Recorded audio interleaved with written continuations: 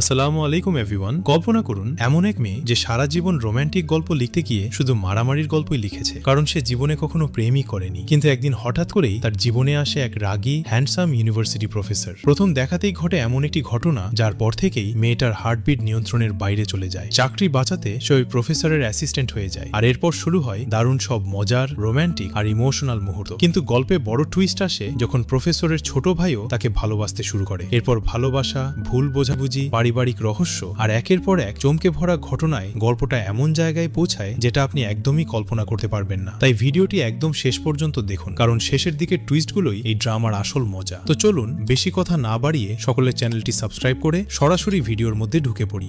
গল্পের শুরুতেই আমরা দেখতে পাই সিনথিয়া নামের একটি মেয়েকে। সে পেশায় একজন রোম্যান্টিক কমিক রাইটার। তবে মজার বিষয় হলো তার কমিকে রোম্যান্সের চেয়ে মারামারি, অ্যাকশন আর ধুমধারাক্কা সিনই বেশি থাকে। মনে হয় যেন প্রেমের গল্প লিখতে বসে ভুল করে অ্যাকশন সিনেমার স্ক্রিপ্ট লিখে ফেলেছে। আসলে সিনথিয়ার জীবনে ভালোবাসা বলে কোনো অনুভূতিই নেই, তাই রোম্যান্টিক দৃশ্য লিখতে গেলেই সবকিছু কেমন যেন এলোমেলো হয়ে যায়। আর সেই কারণেই তার লেখা গল্পগুলো পাঠকদের কাছেও তেমন জনপ্রিয়তা পায় না। অফিসে গিয়েও একই অবস্থা। সহকর্মীরা তার নতুন কমিক পড়ে হাসতে শুরু করে। কেউ গল্পটা সিরিয়াসলি নেওয়ার বদলে এটাকে কমেডি হিসেবেই উপভোগ করছিল। তবে অফিসে একজন মানুষ সবসময় সিনথিয়ার পাশে থাকে। সে হলো তার টিম লিডার। চিফ এডিটরের বকাতি শুরু করে নানা সমস্যায় সে সবসময় সিনথিয়াকে বাঁচানোর চেষ্টা করে। একসময় টিম লিডার তাকে বলে, চিফ এডিটর তোমার উপর ভীষণ রেগে আছেন। পরের গল্পটাও যদি ঠিকমতো রোম্যান্টিক না হয় তাহলে কিন্তু তোমার চাকরি যাওয়ার সম্ভাবনা অনেক বেশি। এ কথা শুনে সিনথিয়া একেবারে নিরীহ মুখ করে জিজ্ঞেস করে, আচ্ছা ভালোবাসা জিনিসটা আসলে কি? টিম লিডার কিছুটা অবাক হয়ে উত্তর দেয়, যখন কাউকে দেখলেই তোমার হার্টবিট অস্বাভাবিকভাবে বেড়ে যাবে তখন বুঝবে তুমি তার প্রেমে পড়েছ।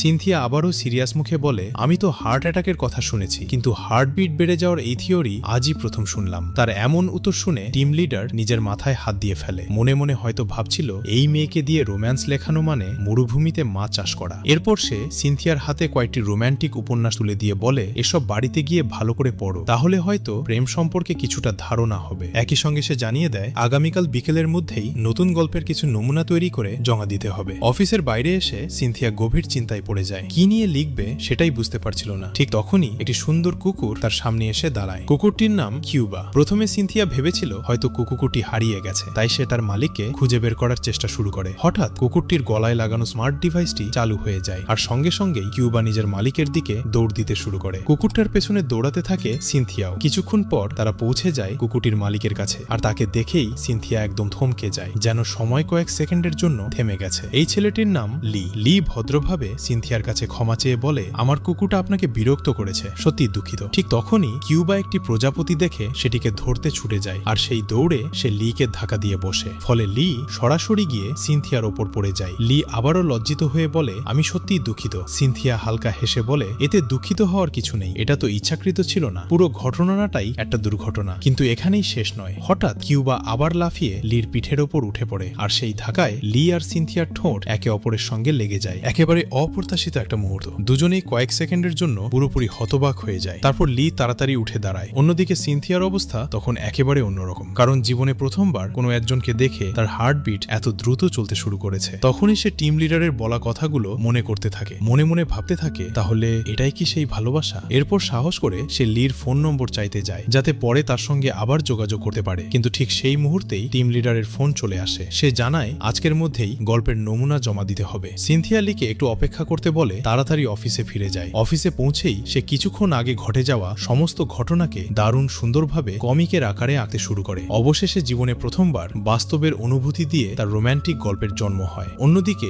লির কাছে তার অফিস থেকে জরুরি একটি ফোন আসে। তাকে দ্রুত সেখান থেকে চলে যেতে হয়। তবে যাওয়ার আগে সে নিজের কোম্পানির নাম আর ফোন নম্বর এটি কাগজে লিখে সিনথিয়ার জন্য রেখে যায়। কিন্তু ভাগ্য যেন তাদের নিয়ে অন্যরকম খেলাই খেলছিল। হঠাৎ বাতাসের ঝাপটায় কাগজটি উড়ে কোথায় যে হারিয়ে যায় কেউই বুঝতে পারে না। এদিকে সিনথিয়া অফিসে ফিরে তার নতুন কমিকের স্যাম্পল জমা দেয়। টিম লিডার পুরো কাজ দেখে বেশ অবাক হয়ে যায়, কারণ এতদিন যে মেয়েটা রোম্যান্স বলতে কিছুই বুঝতো না, সে হঠাৎ করেই এত সুন্দর রোম্যান্টিক দৃশ্য কিভাবে এঁকে ফেললো। কৌতূহল নিয়ে সে জিজ্ঞেস করে, হঠাৎ এত উন্নতি করলে কিভাবে? সিনথিয়া লাজুক মুখে জানায়, আসলে আমি যা এঁকেছি তার সবকিছুই আজ আমার সঙ্গে সত্যি সত্যি ঘটেছে। সব ঘটনা শোনার পর টিম লিডার তো রীতিমতো উত্তেজিত হয়ে যায়। সে বলে, যে ছেলেটা তোমার জীবনে এমন ম্যাজিক ঘটিয়েছে তার সঙ্গে আমারও একদিন দেখা করতেই হবে। ঠিক তখনই সিনথিয়ার মনে পড়ে যায় সে তো লিকে পার্কে অপেক্ষা করতে বলে একাই অফিসে চলে এসেছিল। এ কথা মনে হতেই সে দৌড়ে আবার পার্কে ফিরে যায়, কিন্তু সেখানে গিয়ে দেখে দেখে লি অনেক আগেই চলে গেছে। পুরো পার্ক ঘুরেও তার কোনো খোঁজ পাওয়া যায় না। অন্যদিকে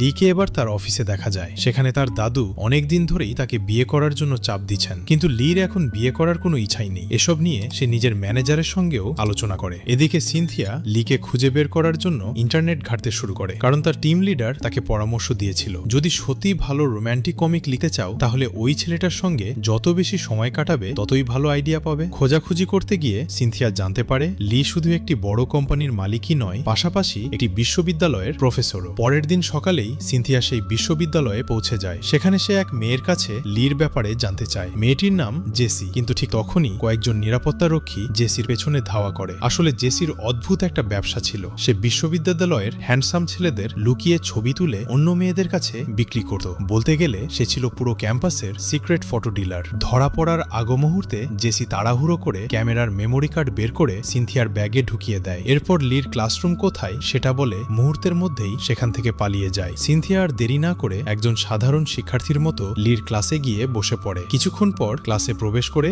আমাদের নায়ক লি। তাকে দেখেই সিনথিয়া এক দৃষ্টিতে তাকিয়ে থাকে। মনে হচ্ছিল সে ক্লাস করতে নয়, শুধু লিকেই দেখতে এসেছে। মজার বিষয় হলো লিও সিনথিয়াকে লক্ষ্য করে, কিন্তু এমন ভাব করে যেন সে তাকে চিনেই না। এরপর লি শিক্ষার্থীদের সামনে একটি বিশেষ পজল বক্স বের করে। সে জানায়, আজ পর্যন্ত আমি ছাড়া আর কেউ এই বক্সটি খুলতে পারেনি। তোমাদের মধ্যে যে এটি খুলতে পারবে তাকে আমি আমার অ্যাসিস্ট্যান্ট হওয়ার সুযোগ দেব। এদিকে ক্লাসে বসে সিনথিয়া চুপি চুপি লির একটি স্কেচ আঁকছিল, তবে সাধারণ স্কেচ নয়, নিজের কল্পনায় লিকে আরো স্টাইলিশ বানিয়ে ফেলেছিল। হঠাৎ লি তার সামনে এসে জিজ্ঞেস করে, তুমি কি করছো? সিনথিয়া একদম গম্ভীর মুখে উত্তর দেয়, স্যার, আপনি এতক্ষণ যা যা পড়িয়েছেন আমি সব নোট করছি। লি নোটবুক দেখতে চাইলে সিনথিয়া সেটি দেখাতে রাজি হয় না। ঠিক তখনই ক্লাস শেষের ঘন্টা বেজে ওঠে। লি পজল বক্সটি শিক্ষার্থীদের কাছে রেখে প্রিন্সিপালের সঙ্গে দেখা করতে চলে যায়। কিছুক্ষণ পর ফিরে এসে সে এমন একটি দৃশ্য দেখে যা দেখে সে নিজেও অবাক হয়ে যায়। সিনথিয়া ইতোমধ্যেই পজল বক্সটি খুলে ফেলেছে। যে কাজ এতদিন কেউ করতে পারেনি সেটাই সে কয়েক মিনিটের মধ্যে করে দেখিয়েছে। অবাক হয়ে লি সঙ্গে সঙ্গেই সিনথিয়াকে নিজের অফিসে ডেকে পাঠায়। সেখানে কথা বলতে বলতেই হঠাৎ তার নজর যায় সিনথিয়ার ব্যাগে থাকা এটি মেমোরি কার্ডের দিকে। মেমোরি কার্ডটি খুলে দেখে ভেতরে তারই অসংখ্য ছবি রয়েছে। এবার লির সন্দেহ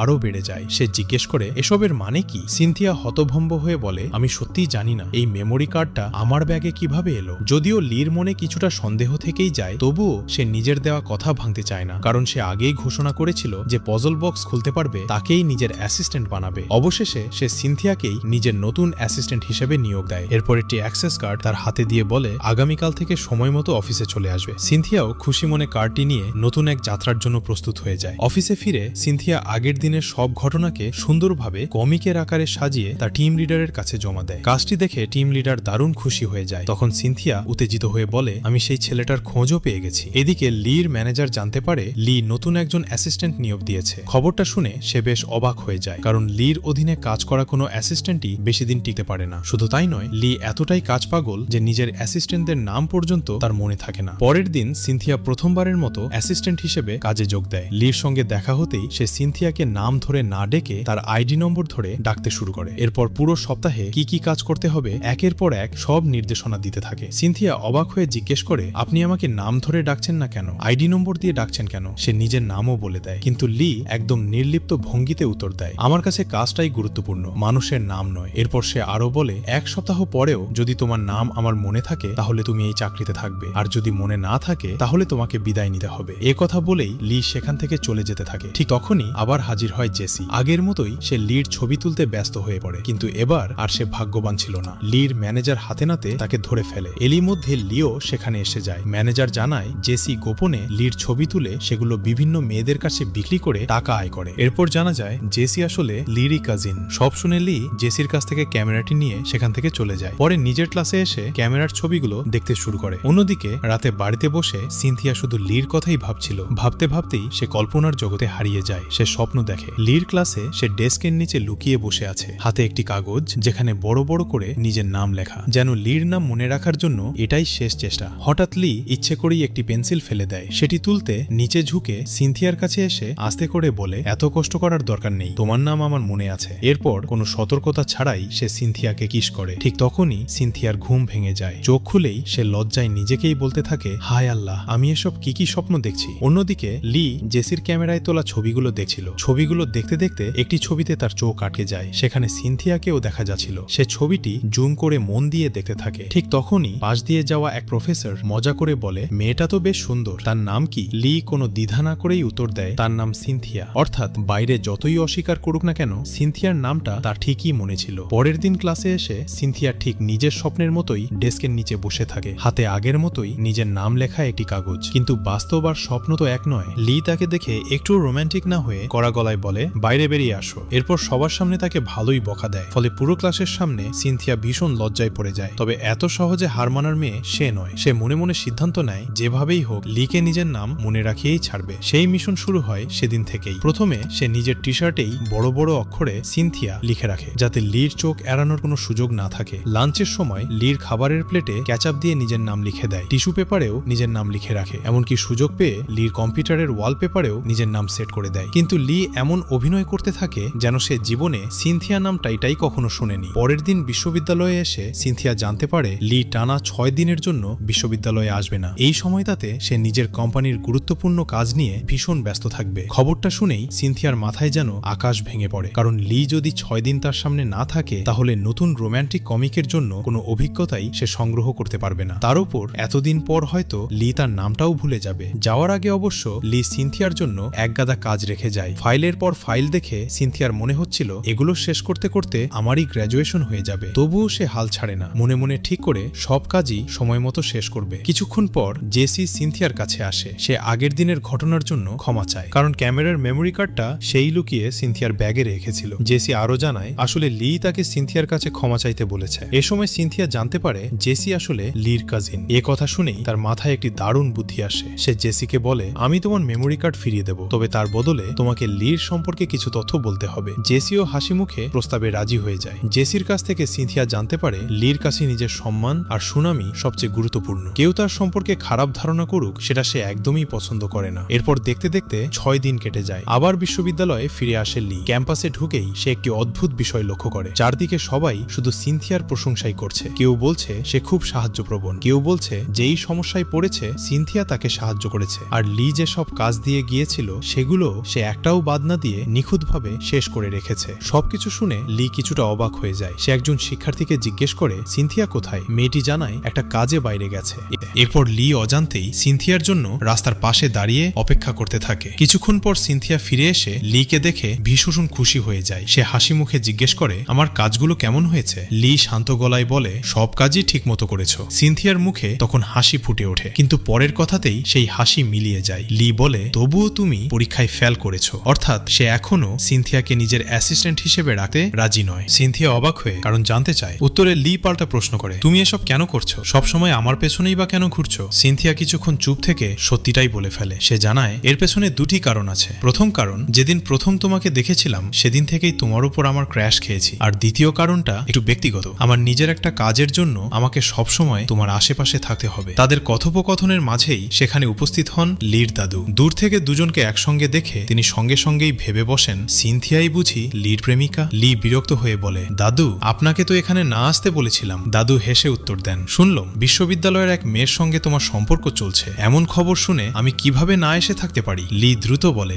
না ও আমার গার্লফ্রেন্ড নয়। দাদু তখন বলেন, যদি সত্যিই তোমার কোনো গার্লফ্রেন্ড না থাকে তাহলে আমি যে ব্লাইন্ড ডেটের ব্যবস্থা করেছি সেখানে তোমাকে যেতেই হবে। ব্লাইন্ড ডেটে যাওয়ার কোনো ইচ্ছাই ছিল না লির, তাই সে পরিস্থিতি সামলাতে হঠাৎ বলেই ফেলে আমার গার্লফ্রেন্ড আছে। এ কথা বলেই সে সিনথিয়ার দিকেই তাকায়। দাদু সঙ্গে সঙ্গে জিজ্ঞেস করেন, তাহলে এই মেয়েটাই কি তোমার গার্লফ্রেন্ড? এর নাম কি? লি এক মুহূর্ত দেরি না করে বলে, ওর নাম সিনথিয়া। এ কথা শুনেই সিনথিয়ার মুখে বড় একটা হাসি ফুটে ওঠে, কারণ এতদিন পরেও লির তার নাম মনে আছে। খুশিতে সে প্রায় দৌড়ে লির দিকে এগিয়ে যেতে চাইলে লি আস্তে করে তাকে থামিয়ে দেয়। পরিস্থিতি বুঝে সিনথিয়াও সঙ্গে সঙ্গে অভিনয়ে যোগ দেয়। সে লির দাদুর দিকে তাকিয়ে আত্মবিশ্বাসের সঙ্গে বলে, চিন্তা করবেন না, আমি লির ভালোভাবে খেয়াল রাখবো, তাকে অন্য কারো হাতে ছেড়ে দেব না। সিনথিয়ার কথা শুনে লির দাদু অনেক খুশি হন। এরপর থেকে সিনথিয়া ঠিক করে শুধু নিজের মতো চললে হবে না, একজন ভালো গার্লফ্রেন্ড কেমন হয় সেটাও জানতে হবে। তাই সে নিজের এক বান্ধবীর কাছ থেকে নানা রকম প্রেমে টিপস নিতে শুরু করে। যেন পড়াশোনার বদলে এবার সে গার্লফ্রেন্ড ট্রেনিং কোর্সে ভর্তি হয়ে গেছে। কিছুদিন পর সিনথিয়া আবার নতুন একটি রোম্যান্টিক কমিক তৈরি করে অফিসে জমা দেয়। কিন্তু কাজটি দেখেই টিম লিডার রিয়া মাথা নাড়তে থাকে। সে বলে, এখানে তো রোম্যান্টিক অনুভূতিই নেই, শুধু ঘটনা লিখলেই হবে না, অনুভূতিটাও ফুটে উঠতে হবে। রিয়া আরো বলে, তোমাকে লির আশেপাশে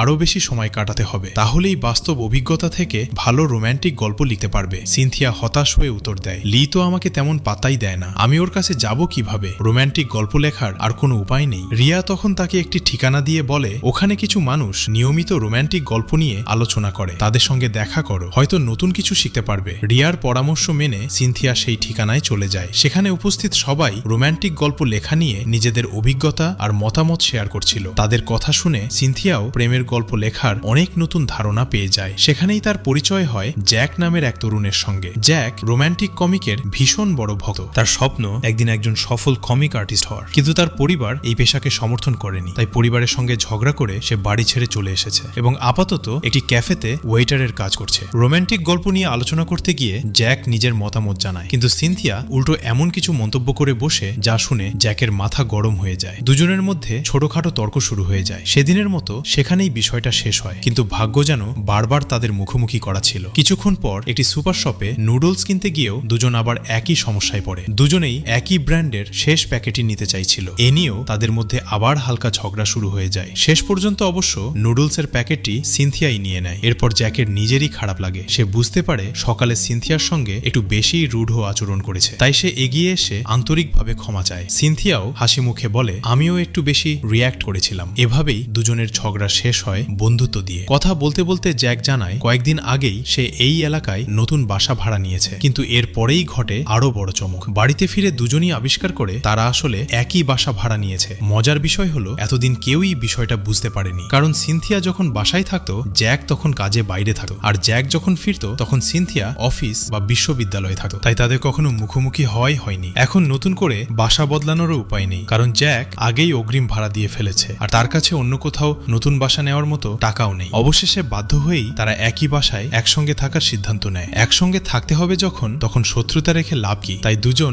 ধীরে ধীরে ভালো বন্ধু হয়ে যায়। একদিন সিনথিয়া জ্যাককে জিজ্ঞেস করে কোনো ছেলেকে ইমপ্রেস করতে হলে কি করতে হয়। জ্যাক নিজের অভিজ্ঞতা থেকে তাকে বেশ কিছু মজা টিপস দেয়। পরের দিন বিশ্ববিদ্যালয়ে গিয়ে সিনথিয়া একে একে সেই সব টিপস লির ওপর প্রয়োগ করতে শুরু করে। কখনো অকারণে হাসে, কখনো অতিরিক্ত কিউট হওয়ার চেষ্টা করে, আবার কখনো ইচ্ছে করেই লির সামনে ঘোরাঘুরি করে। কিন্তু দুঃখের বিষয় একটাও টিপস কাজ করে না, বরং লি আগের মতোই একদম নির্লিপ্ত থাকে। এতে সিনথিয়া ভীষণ হতাশ হয়ে পড়ে। তার নিজেরই মনে হতে থাকে সে শুধু শুধু লিকে বিরক্ত করছে। অনেক ভেবে শেষ পর্যন্ত সে সিদ্ধান্ত নেয় আর নয়, সে লির অ্যাসিস্ট্যান্টের পদ থেকে ইস্তফা দেওয়ার সিদ্ধান্ত নেয়। অন্যদিকে লি এ সময় জানতে পারে সিনথিয়া আসলে বিশ্ববিদ্যালয়ের কোনো শিক্ষার্থীই নয়, অর্থাৎ প্রথম দিন সে নিজের পরিচয় নিয়ে মিথ্যা বলেছিল। এই বিষয়টি নিয়ে কথা বলার জন্য লি সিনথিয়াকে খুঁজতে যায়, কিন্তু তার অফিসে গিয়ে দেখে সিনথিয়া আগেই নিজের পদত্যাগপত্র আর অ্যাক্সেস কার্ড রেখে চলে গেছে। তবে যাওয়ার আগে সে লির দেওয়া প্রতিটি কাজ নিখুঁতভাবে শেষ করে রেখে গেছে। সবকিছু দেখে লি কিছুক্ষণ নিশ্চুপ হয়ে যায়। এদিকে বাসায় ফিরে সিনথিয়া সারা রাত জেগে নিজের কমিকের কাজ করতে থাকে, কারণ পরদিন সকালে সেই নতুন কমিক জমা দেওয়ার কথা ছিল। পরের দিন সকালে নাস্তা করতে গিয়ে হঠাৎই সিনথিয়ার মাথা ঘুরে যায়। কয়েক মুহূর্তের মধ্যেই সে অজ্ঞান হয়ে মেঝেতে লুটিয়ে পড়ে। ঠিক তখনই জ্যাক সেখানে এসে তাকে ধরে ফেলে এবং দ্রুত বিছানায় শুইয়ে দেয়। তার শরীরে হাত দিয়েই জ্যাক বুঝতে পারে সিনথিয়ার প্রচন্ড জ্বর এসেছে। সে সঙ্গে সঙ্গে বলে এভাবে হবে না, তোমাকে এখনই হাসপাতালে যেতে হবে। কিন্তু সিনথিয়া মাথা নেড়ে বলে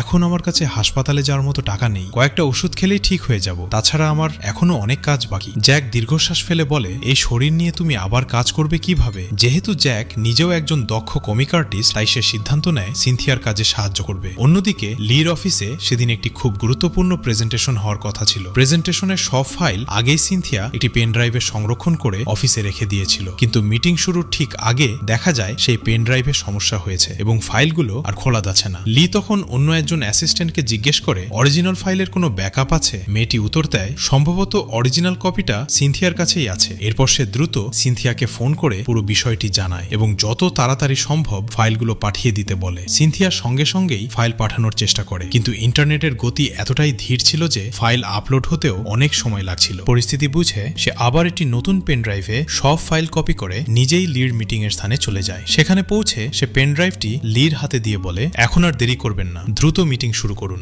লি পেন ড্রাইভ নিয়ে ভেতরে চলে যায়, কিন্তু কয়েক কদম হাঁটার পরই সিনথিয়ার চোখ ঝাপসা হয়ে আসে। অবশেষে সে সেখানেই অজ্ঞান হয়ে মাটিতে পড়ে যায়। জ্ঞান ফিরলে সিনথিয়া নিজেকে এটি হাসপাতালের কেবিনে দেখতে পায়। চোখ খুলতেই সে অবাক হয়ে দেখে তার পাশেই চুপচাপ বসে আছে লি। সিনথিয়া অবাক হয়ে জিজ্ঞেস করে আপনি এখানে কেন? আপনার তো এখন মিটিং এ থাকার কথা ছিল। লি শান্ত গলায় উত্তর দেয় আমি মিটিং বাতিল করে দিয়েছি। এ কথা শুনে সিনথিয়ার খুব খারাপ লাগে। সে ভাবে তার জন্যই লির এত গুরুত্বপূর্ণ একটি মিটিং নষ্ট হয়ে গেল। তাই সে লজ্জিত হয়ে বলে আমি সত্যিই দুঃখিত। লি হালকা করে তার মাথায় হাত রেখে বলে ক্ষমা চাওয়ার দরকার নেই, ওটা শুধু একটা মিটিং ছিল আর তুমি আমার জন্য এর আগেই অনেক কিছু করেছো। এই কথাগুলো শুনে সিনথিয়ার মনটা অদ্ভুত এক অনুভূতিতে ভরে যায়। কিছুক্ষণ চিকিৎসার পর তার শারীরিক অবস্থা অনেকটাই ভালো হয়ে যায়, তাই ডাক্তার তাকে হাসপাতাল থেকে ছেড়ে দেন। হাসপাতাল থেকে বের হওয়ার পরও লি তার যত্ন নিতে থাকে। এসব দেখে সিনথিয়ার বুকের ধুকপুকানি আবারও বেড়ে যায়। সে মনে মনে বলতে থাকে, ডাক্তার তো বললেন আমি এখন পুরোপুরি সুস্থ, তাহলে আমার হার্টবিট এত দ্রুত চলছে কেন? হাসপাতাল থেকে ফেরার পথে বাস স্ট্যান্ডে দাঁড়িয়ে সিনথিয়ার চোখে কয়েকটি রোম্যান্টিক কমিকের পোস্টার পড়ে। সেগুলো দেখেই তার জ্যাকের বলা একটি কথা মনে পড়ে। জ্যাক বলেছিল, যখন কেউ সত্যিকারের প্রেমে পড়ে তখন রোম্যান্টিক গল্প নিজে থেকেই মনে আসতে শুরু করে। সিনথিয়া চোখ বন্ধ করে ভাবতে থাকে পৃথিবীতে সে সবচেয়ে বেশি কাকে পছন্দ করে। চোখ বন্ধ করতেই প্রথম যে মুখটি তার সামনে ভেসে ওঠে সেটি ছিল লির। বাসে বসেই সে সাহস করে আবার লিকে বলে, আমার মনে হয় আমি আপনাকে সত্যিই পছন্দ করি, হয়তো আমি আপনার প্রেমেই পড়েছি। কিন্তু লি হালকা বিরক্ত হয়ে উত্তর দেয়, এসব মজা করা বন্ধ করো। সে আরো বলে, আমি এসব প্রেম ভালোবাসার ব্যাপারে মোটেও আগ্রহী নই। অফিসে ফিরে সিনথিয়া নিজের টিম লিডার রিয়ার কাছে দুঃখ প্রকাশ করে। সে বলে, আমি সময় মতো কমিক জমা দিতে পারিনি। কিন্তু রিয়া অবাক হয়ে উত্তর দেয়, কি বলছো? তুমি তো অনেক আগেই সব ফাইল পাঠিয়ে দিয়েছো। একথা শুনে সিনথিয়া সঙ্গে সঙ্গেই বুঝে যায় তার হয়ে সবকিছু জ্যাকই পাঠিয়ে দিয়েছে। অন্যদিকে জ্যাককে আবার ক্যাফেতে কাজ করতে দেখা যায়। সে কফির ফ্যানার ওপর নিজের প্রিয় একটি কমিক চরিত্রের সুন্দর একটি ডিজাইন আঁকে এবং সেটি একজন কাস্টমারের সামনে পরিবেশন করে। কাস্টমারের নাম লুসি, কিন্তু লুসি সেই কমিক চরিত্রটিকে একদমই পছন্দ করত না। তাই বিষয়টি নিয়ে দুজনের মধ্যে কথা কাটাকাটি শুরু হয়ে যায়। তর্ক করতে করতেই লুসি নিজের মুখের মাস্ক খুলে ফেলে, আর তাকে দেখেই জ্যাক পুরোপুরি অবাক হয়ে যায়, কারণ লুসি ছিলেন একজন বিখ্যাত কমিক ডিজাইনার। রাগে ক্ষোভে লুসি আর এক মুহূর্তও সেখানে না থেকে ক্যাফে ছেড়ে বেরিয়ে যায়। বাসে বসে থাকতে হঠাৎই সিনথিয়ার চোখ পড়ে নিজের পকেটে থাকা একটি বিজনেস কার্ডের ওপর। কার্ডটি হাতে নিয়েই সে অবাক হয়ে যায়। তার মনে পড়ে সেদিন বাসে তার ফোনটি নিচে পড়ে গিয়েছিল। তখন লি ফোনটি তুলে দেওয়ার সময় চুপি চুপি নিজের বিজনেস কার্ডটাও তার পকেটে রেখে দিয়েছিল।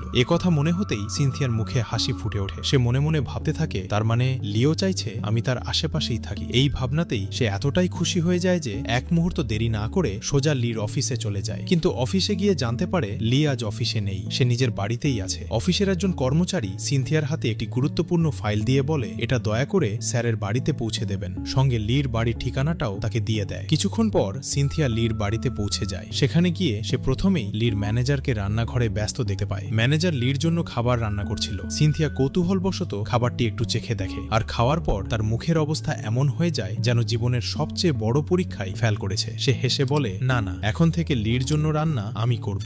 কথা শুনে ম্যানেজারের মুখে যেন স্বস্তির হাসি ফিরে আসে। মনে মনে হয়তো ভাবছিল, বাঁচা গেল, এবার অন্তত আমার রান্না থেকে সবাই রেহাই পাবে। অন্যদিকে লিও আগেই চেয়েছিল সিনথিয়া তার কাছাকাছি থাকুক, তাই সেও কোনো আপত্তি না করে বিষয়টিতে রাজি হয়ে যায়। এরপর থেকে সিনথিয়া বাড়ি বিভিন্ন জায়গায় ঘুরে ঘুরে দেখতে থাকে। একসময় সে একটি তালাবদ্ধ ঘরের সামনে এসে দাঁড়ায়। দরজা খুলে ভেতরে ঢুকতে যাবে, ঠিক তখনই লি এসে তাকে থামিয়ে দেয়। সে গম্ভীর গলায় বলে, এই বাড়ির যে কোনো জায়গায় যেতে পারো, কিন্তু এই ঘরে কখনো ঢুকবে না। এরপর স্পষ্ট করে জানিয়ে দেয়, আমার কথা অমান্য করলে তোমাকে সঙ্গে সঙ্গে চাকরি থেকে বের করে দেব। এরপর থেকে সিনথিয়া মন দিয়ে লির জন্য সুস্বাদু খাবার রান্না করতে থাকে। একদিকে নিজের কমিকের কাজ, অন্যদিকে অফিসের দায়িত্ব, দুটোই সে দারুণভাবে সামলাতে থাকে। কয়েকদিন পর একদিন লিকে জরুরি কাজে বাইরে যেতে হয়। বের হওয়ার আগে সে নিজের বাড়ির অতিরিক্ত চাবিটি সিনথিয়ার হাতে দিয়ে বলে, আমি না ফেরা পর্যন্ত বাড়িটার খেয়াল রেখো। লি বেরিয়ে যাওয়ার কিছুক্ষণ পর সেখানে আসে জেসি। বাড়িতে সিনথিয়াকে দেখে সে একেবারে অবাক হয়ে যায়। সিনথিয়া হেসে বলে, আমি এখন এখানে থেকেই অফিসের কাজ করছি। প্রথমে জেসি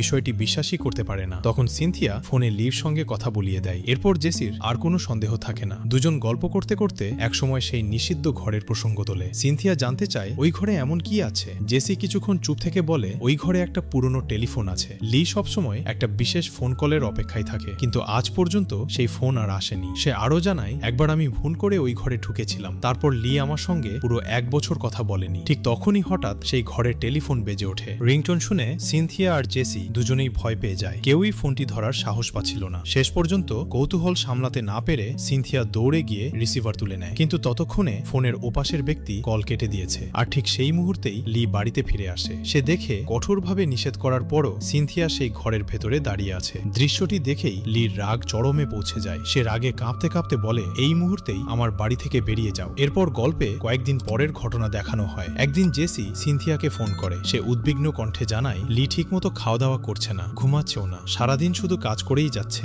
এভাবে থাকতে থাকতে সে অসুস্থ হয়ে পড়েছে। জেসি অনুরোধ করে বলে, প্লিজ তুমি আবার ফিরে এসো, অন্তত ওর একটু খেয়াল রাখো। জেসির এত অনুরোধে শেষ পর্যন্ত সিনথিয়া রাজি হয়ে যায়। সে আবার লির বাড়িতে ফিরে আসে। সেখানে গিয়ে দেখে সত্যি লির শরীর অনেক খারাপ। প্রথমেই সে সেদিনের ঘটনার জন্য আন্তরিকভাবে ক্ষমা চায়। লি শান্তভাবে বলে, ঠিক আছে, আমি তোমাকে ক্ষমা করে দিয়েছি। সে আর পুরনো বিষয় নিয়ে কোনো কথা বাড়ায় না, কারণ এই কয়েকদিনে সে নিজেও বুঝতে পেরেছে অজান্তেই সে সিনথিয়াকে ভীষণ মিস করেছে। এরপর সিনথিয়া আবার নতুন করে নিজের কাজ শুরু করে। লির জ্বর থাকায় সে সারাক্ষণ তার যত্ন নিতে থাকে। সময় মতো ওষুধ খাওয়ানো, খাবার তৈরি করা, বিশ্রাম নেওয়ার কথা মনে করিয়ে দেওয়া, সবকিছুই সে নিজের দায়িত্ব মনে করে করতে থাকে। এদিকে সন্ধ্যা পেরিয়ে গেলেও সিনথিয়া বাড়ি না ফেরায় জ্যাক চিন্তায় পড়ে যায়। সে ফোন করে জিজ্ঞেস করে, তুমি এখন কোথায়? সিনথিয়া উত্তর দেয়, আমি এখন আমার বসের বাড়িতে আছি। এদিকে সিনথিয়া কারোর সঙ্গে ফোনে কথা বলছে দেখে লির একদমই ভালো লাগে না। সে চুপচাপ সিনথিয়ার হাত থেকে ফোনটি নিয়ে নেয়। তারপর ফোনের ওপাশে থাকা জ্যাককে বলে, সিনথিয়া এখন কাজে ব্যস্ত, পরে কথা বলবেন। একথা বলেই সে কোনো সুযোগ না দিয়ে ফোন কেটে দেয়। লির এই আচরণ দেখে সিনথিয়া বেশ অবাক হয়ে যায়। রাতও অনেক হয়ে গিয়েছিল, তাই সেদিন আর বাসায় না ফিরে সে লির বাড়িতেই থেকে যায়। পরদিন সকালে লির একটি গুরুত্বপূর্ণ ইভেন্টে যাওয়ার কথা ছিল। শরীর পুরোপুরি সুস্থ না হওয়ায় সে আগে থেকেই কিছু ওষুধ খেয়ে নেয়, যাতে অনুষ্ঠানের মাঝখানে আবার অসুস্থ হয়ে না পড়ে। এবার সে সিনথিয়াকেও সঙ্গে নিয়ে ইভেন্টে যায়। সেখানে পৌঁছে একটি বিশেষ কস্টিউম পরিয়ে তাকে একটি নির্দিষ্ট জায়গায় দাঁড়িয়ে থাকতে বলে। অনেকক্ষণ একই জায়গায় দাঁড়িয়ে থাকতে থাকতে সিনথিয়া ভীষণ বিরক্ত হয়ে যায়। তার মনে হচ্ছিল সে যেন অ্যাসিস্ট্যান্ট নয়, ইভেন্টের সাজসজ্জারই একটা অংশ। ইভেন্ট শেষ হওয়ার পর লির ভীষণ ঘুম পেতে শুরু করে। সে সিনথিয়াকে জানায়, মনে হয় ভুল করে ঘুমের ওষুধ খেয়ে ফেলেছি। সিনথিয়া তাকে ভিড় থেকে একটু দূরে শান্ত একটি জায়গায় নিয়ে যায়। তারপর মুচকি হেসে বলে, চাইলে একটু আমার কোলেই মাথা রেখে ঘুমিয়ে নিতে পারেন। অন্যদিকে একই জায়গায় বিখ্যাত কমিক লেখিকা লুসির নতুন বইয়ের সাইনিং ইভেন্ট চলছিল। সেখানে উপস্থিত ছিল জ্যাকও। অনুষ্ঠানে উপস্থিত সবাই একের পর এক লুসিকে নানা প্রশ্ন করছিল। একসময় জ্যাক দাঁড়িয়ে প্রশ্ন করে, আপনার প্রথম কমিক বইটি কি সত্যিই আপনি নিজে লিখেছিলেন? লুসি আত্মবিশ্বাসের সঙ্গে উত্তর দেয়, অবশ্যই। জ্যাক আবার প্রশ্ন করে, তাহলে সেই গল্পটি অসমাপ্ত রয়ে গেল কেন? আর এরপর আপনি কখনো সেটি শেষ করার চেষ্টা করলেন না কেন? প্রশ্নের পর প্রশ্নে লুসি অস্বস্তিতে পড়ে যায়। জ্যাক তখন প্রকাশ্যেই তাকে কঠিন ভাষায় সমালোচনা করতে শুরু করে। পরিস্থিতি উত্তপ্ত হয়ে উঠতেই নিরাপত্তারক্ষীরা জ্যাককে ধরতে এগিয়ে আসে। জ্যাক আর দেরি না করে দৌড়ে সেখান থেকে পালিয়ে যায়। পালাতে পালাতেই সে সিনথিয়াকে ফোন করে সাহায্য চায়। সিনথিয়া জানতে পারে জ্যাকও একই ইভেন্টে আছে, তাই সে দ্রুত তাকে খুঁজতে বেরিয়ে পড়ে। কিন্তু জ্যাককে খুঁজতে গিয়েই তার মুখোমুখি হয়ে যায় লুসির। দুজনের চোখাচোখি হলেও কেউ কারো সঙ্গে একটি কথাও বলে না, কারণ তাদের অতীতের সম্পর্কটা মোটেও ভালো ছিল না। একসময় সিনথিয়া আর লুসি খুব ভালো বন্ধু ছিল। তারা একসঙ্গে একটি কমিক তৈরি করেছিল, কিন্তু পরে লুসি সেই কমিকটি নিজের নামে প্রকাশ করে দেয়। সত্যিটা জানার পর সিনথিয়া ভীষণ কষ্ট পায়, আর সেদিন থেকেই তাদের বহু বছরের বন্ধুত্ব পুরোপুরি ভেঙে যায়। অন্যদিকে কিছুক্ষণ পর লুসিকে নিজের অফিসে দেখা যায়। সে বসে বসে ইভেন্টে জ্যাকের করা প্রশ্নগুলোর ভিডিও দেখছিল। ভিডিওটি দেখতে দেখতে তার রাগ আরো বেড়ে যায়। ঠিক তখনই সে জানতে পারে কয়েকদিন আগে জ্যাক তার কোম্পানিতে কমিক ডিজাইনার হিসেবে আবেদন করেছিল। কৌতূহলবশত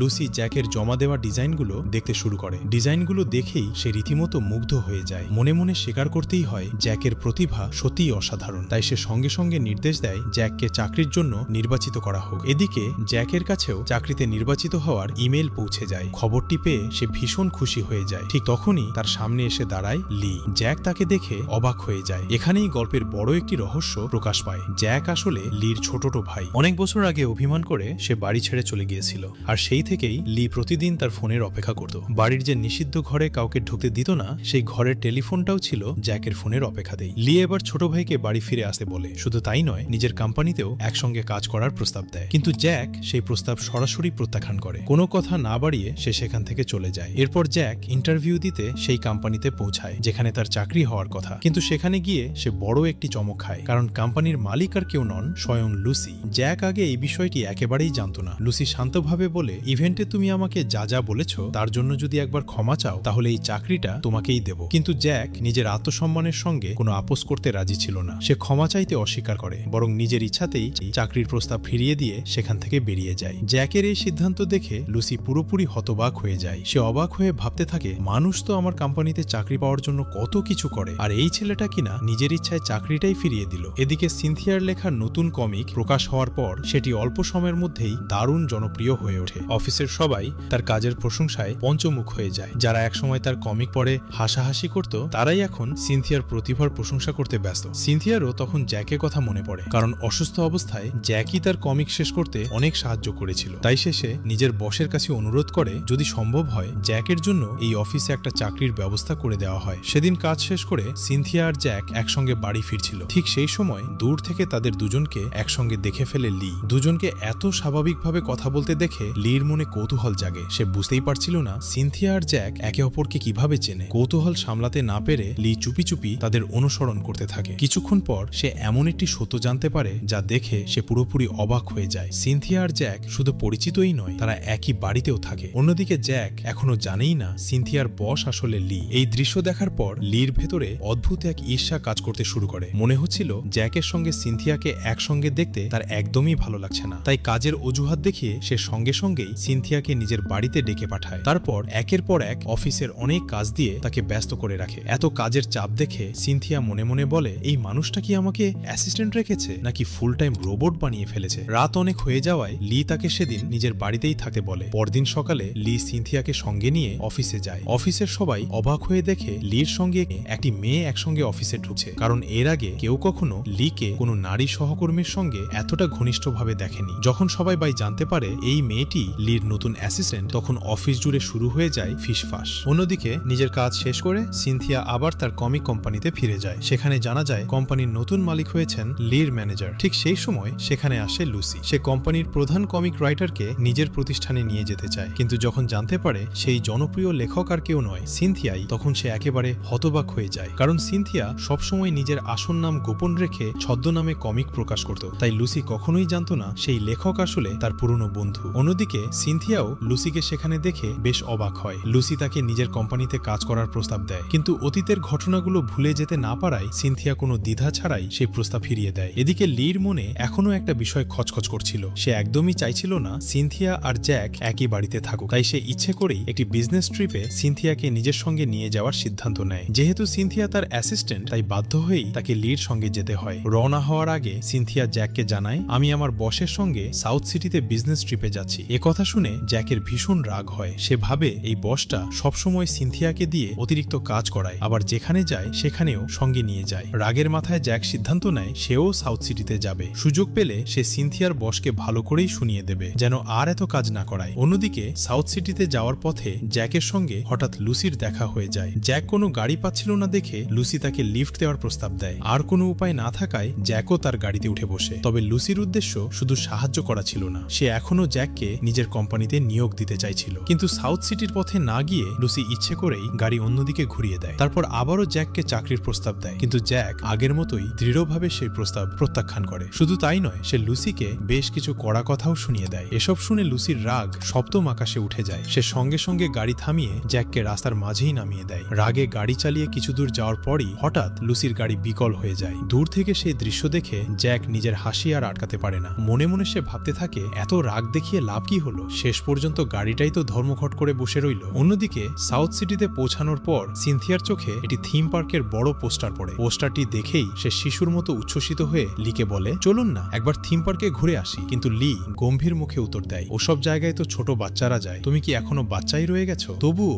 সিনথিয়া এত অনুরোধ করতে থাকে যে শেষ পর্যন্ত লি আর না বলতে পারে না। অন্যদিকে জ্যাক আর লুসিও সাউথ সিটিতে যাওয়ার জন্য একটি মালবাহী ট্রাকে চড়ে রওনা দেয়। তাদের যাত্রা যতটা না আরামদায়ক ছিল, তার চেয়ে অনেক বেশি ছিল অ্যাডভেঞ্চার। এদিকে থিম পার্কে পৌঁছে সিনথিয়া যেন আনন্দে আত্মহারা হয়ে যায়। তার মুখের হাসি দেখে লির কঠিন মুখেও অজান্তেই হালকা হাসি ফুটে ওঠে। ওদিকে সাউথ সিটিতে এসে জ্যাক সিনথিয়ার একটি পোস্ট দেখে বুঝতে পারে তারা থিম পার্কেই এসেছে। তাই সে আর লুসিও সোজা সেখানে চলে যায়। পার্কে ঢুকে জ্যাক চারদিকে সিনথিয়াকে খুঁজতে শুরু করে। সে লুসিকে বলে, তুমি এখানেই থাকো, আমি ওকে খুঁজে নিয়ে আসছি। কিন্তু লুসি কারো কথা শোনার মেয়ে নয়। সে নিজেও একা একা পার্কের ভেতরে হাঁটতে শুরু করে। হাই হিল পরে এতক্ষণ হাঁটার কারণে তার পায়ে প্রচন্ড ব্যথা শুরু হয়। একসময় ভারসাম্য হারিয়ে সে পড়ে যেতে নিলে ঠিক তখনই জ্যাক এসে তাকে ধরে ফেলে। এরপর কোনো কথা না বলে সে দৌড়ে গিয়ে একটি ব্যান্ডেজ নিয়ে আসে। জ্যাকের এই অপ্রত্যাশিত যত্ন দেখে লুসির মনটা নরম হয়ে যায়। অন্যদিকে সিনথিয়া আর লি থিম পার্কে একসঙ্গে নানা গেম খেলতে থাকে। খেলাধুলার পর তারা একসঙ্গে রাতের খাবারও খায়। খাওয়ার সময় সিনথিয়া একটু বেশি ড্রিঙ্কস করে ফেলে, ফলে তার মাথা হালকা ঘুরতে শুরু করে। এরপর তারা দুজনে একটি রাইডে ওঠে। সেই মুহূর্তেই লি নিজের মনের কথা আর লুকিয়ে রাখতে পারে না। সে ধীরে ধীরে বলে, সিনথিয়া,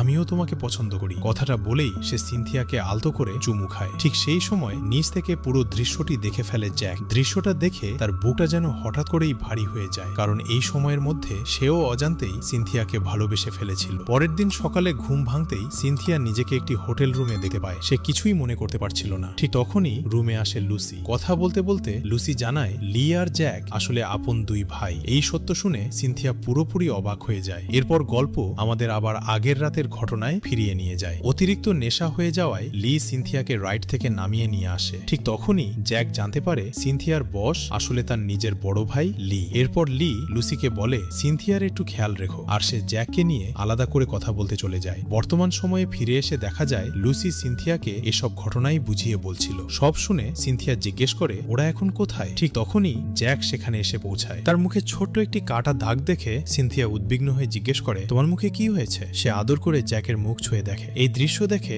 লুসির মনে অদ্ভুত এক ঈর্ষা কাজ করতে শুরু করে। ঠিক সেই সময় লিও সেখানে এসে যায়। তার হাতেও কেটে যাওয়ার দাগ দেখে সিনথিয়া এবার অবাক হয়ে বলে তোমরা দুই ভাই কি সত্যিই মারামারি করেছো। এরপর গল্প আবার আগের রাতের ঘটনায় ফিরে যায়। লিলি আর জ্যাক যখন আলাদা হয়ে কথা বলছিল তখন একজন প্রচারক জ্যাকের হাতে কিছু লিফলেট ধরিয়ে দেয়। কথা বলতে বলতে সিনথিয়াকে নিয়ে দুই ভাইয়ের মধ্যে তর্ক শুরু হয়। রাগের মাথায় জ্যাক সব লিফলেট চারদিকে ছুঁড়ে ফেলে। এটা দেখে নিরাপত্তারক্ষীরা এসে তাদের সব লিফলেট কুড়িয়ে পরিষ্কার করতে বলে। দুজন মিলে লিফলেট তুলতে গিয়ে হঠাৎ জ্যাকের ভারসাম্য নষ্ট হয়ে যায়। শেষে পড়ে যেতে নিলে লি তাকে ধরে ফেলে, কিন্তু শেষ পর্যন্ত দুজনেই একসঙ্গে মাটিতে পড়ে যায়। এই কারণেই তাদের দুজনের শরীরে ছোটখাটো আঘাত লাগে। তবে এই পুরো ঘটনাটা তারা কেউই সিনথিয়াকে জানায় না। সব শুনে সিনথিয়া শান্ত গলায় বলে তোমরা তো আপন ভাই, এতদিনের অভিমান এবার ভুলে যাও, নিজেদের মধ্যে ঝগড়া মিটিয়ে ফেলাই ভালো। ঠিক তখনই লির ফোন বেজে ওঠে। ফোনটি করেছিল জেসি। উদ্বিগ্ন কণ্ঠে সে জানায় দাদুর শরীর হঠাৎ খুব খারাপ হয়ে গেছে, তাকে হাসপাতালে ভর্তি করা হয়েছে। এই খবর শুনেই লি আর জ্যাক কোনো দেরি না করে দ্রুত হাসপাতালে রওনা হয়ে যায়। হাসপাতালে পৌঁছানোর পর দাদু জ্যাককে দেখে ভীষণ খুশি হয়ে যান। অনেকদিন পর নাতিকে সামনে পেয়ে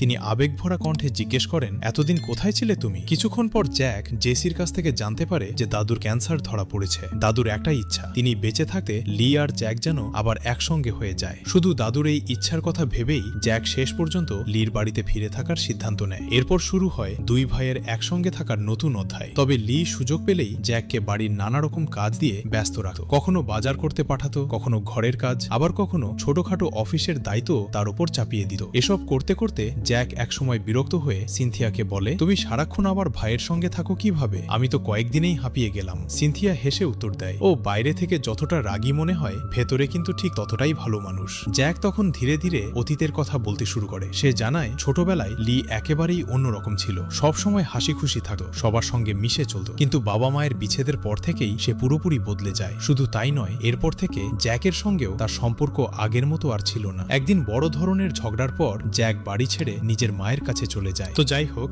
এরও কিছুদিন পর সিনথিয়া লির কাছ থেকে জানতে পারে আজ জ্যাকের জন্মদিন। সে সঙ্গে সঙ্গে লিকে বলে এবার অন্তত ওর জন্মদিনটা একসঙ্গে উদযাপন করুন। এরপর গল্প আমাদের একটি পুরনো স্মৃতিতে ফিরিয়ে নিয়ে যায়। ছোটবেলায় একবার জ্যাক স্কুলে বন্ধুদের সঙ্গে মারামারি করে বাড়ি ফিরেছিল। সে দৌড়ে এসে বড় ভাই লির কাছে সব অভিযোগ করতে থাকে। কিন্তু সেদিন ব্যবসার নানা সমস্যায় লির মনন এমনিতেই খুব খারাপ ছিল। তার উপর জ্যাকের এসব কথা শুনে সে নিজের রাগ নিয়ন্ত্রণ করতে পারেনি। রাগের মাথায় সে জ্যাকের সবচেয়ে প্রিয় খেলনাগুলো ভেঙে ফেলে। এই ঘটনায় জ্যাক ভীষণ কষ্ট পায় আর সেদিনই অভিমান করে বাড়ি ছেড়ে চলে যায়। বর্তমান সময় ফিরে এসে দেখা যায় সন্ধ্যায় সিনথিয়া জ্যাকের জন্য একটি ছোট্ট সারপ্রাইজ জন্মদিনের আয়োজন করে। সে একটি উপহারও জ্যাকের হাতে তুলে দেয়। তারপর হাসি মুখে বলে সবকিছু কিন্তু লি তোমার জন্য আয়োজন করেছে। এই কথা শুনেই জ্যাকের মুখের হাসি মিলিয়ে যায়, কারণ সেই পুরনো ঘটনার পর সে আর কখনো নিজের জন্মদিন উদযাপন করেনি। রাগের মাথায় সে লির দেওয়া উপহারটি ছুঁড়ে ফেলে দিয়ে সেখান থেকে চলে যায়। পরদিন হাসপাতালে দাদুর যত্ন নিতে গিয়ে জ্যাক হঠাৎ অতিরিক্ত যত্ন করতে শুরু করে। দাদু অবাক হয়ে জিজ্ঞেস করেন